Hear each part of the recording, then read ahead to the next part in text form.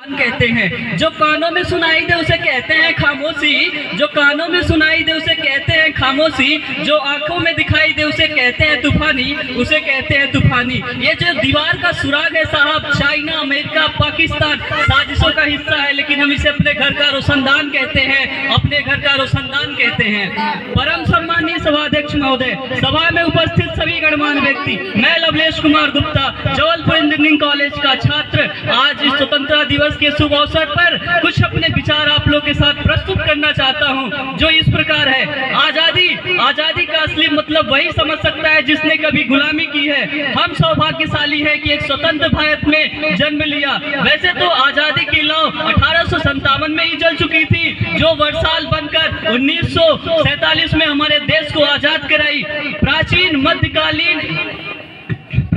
मध्यकालीन एवं वर्तमान भारत के उदाहरणों से मैं स्पष्ट करना चाहूंगा कि जब हम फिरंगियों के फेरे में फंस गए थे तो रंग दे बसंती चोला की एक आवाज में टोलों के टोले उमड़ आते थे और उनके वंदे मातरम की एक आवाज में 5-5 डिग्री का आने वाला तूफान अंग्रेजी शासक की जड़ हिला देता था।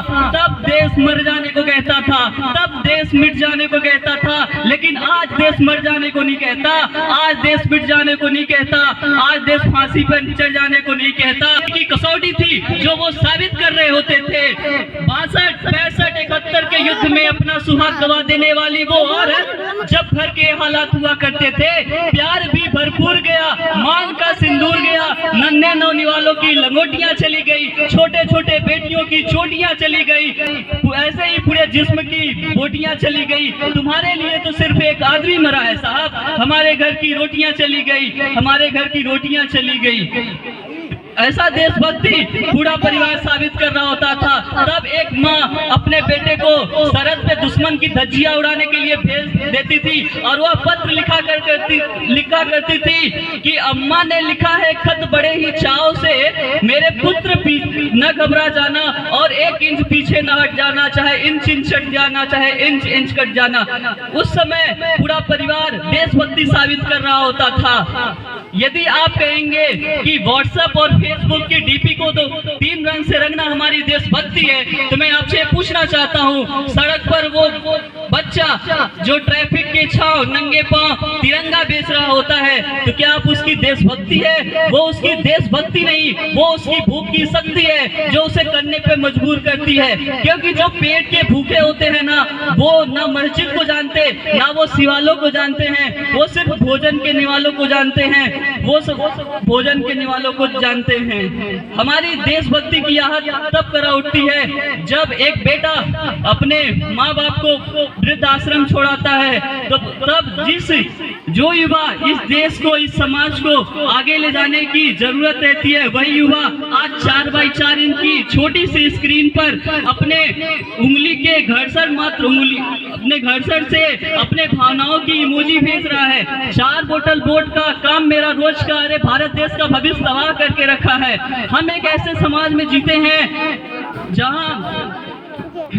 जहाँ पत्थर के मूर्त को लगते हैं 56 भोग, भूखे नंगे तड़पते सो जाते हैं लोग।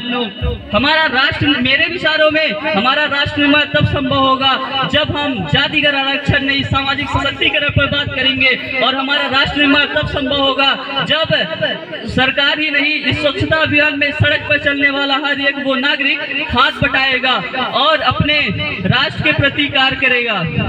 मुझे एक शैक्षणिक बीमारी हमारे समाज में समझ में आती है। कहा जाता है कि भारत देश ने तक्षशिला, नालंदा जैसे विश्वविद्यालय की स्थापना कर विश्व शिक्षा अध्याय की बुनियाद रखी, वही आज 100 विश्वविद्यालय में से कोई भी विश्वविद्यालय हमारा खड़ा नहीं हो पाता, क्योंकि हमारे देश की जो शिक्षा नीति है वो सिर्फ 2 लोगों के लिए बनाई जाती है। पहले वो जो धनवान है, दूसरे वो जो विद्वान है। इस देश के गरीब बच्चों को बेरोजगारी की जमानत पर खड़ा करने के लिए उनके हाथ में सर्व शिक्षा अभियान का झुंझुना पकड़ा दिया जाता है।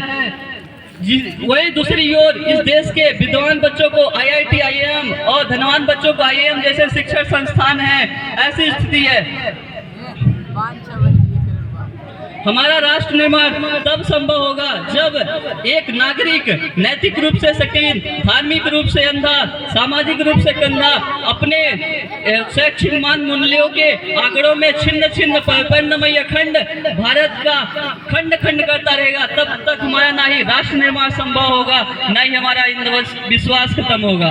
हमारे समाज का शिक्षित वर्ग जाना अपने जाति, अपने धर्म को ऊंचा मानकर दूसरे धर्म की अवहेलना करता रहेगा, तब तक ना ही हमारा राष्ट्र निर्माण संभव होगा, ना ही हमारा अंधविश्वास खत्म होगा। जब तक इस देश का युवा अपनी सफलता के लिए मंदिरों में जा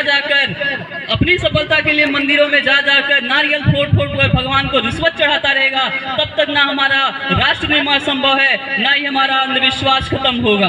क्योंकि हमें बड़ी बड़ी बातें नहीं, छोटी छोटी कोशिशें करनी होगी, क्योंकि हमें ठोकर पहाड़ों से नहीं पत्थरों से लगा करती हैं। I being Indian, I being a student, feel to be proud I am Indian होगा।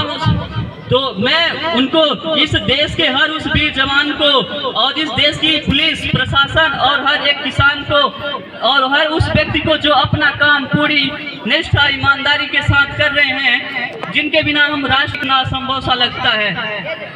होगा हौसला सबके मन में बुलंद, तो एक दिन पाकिस्तान भी जय हिंद कहेगा।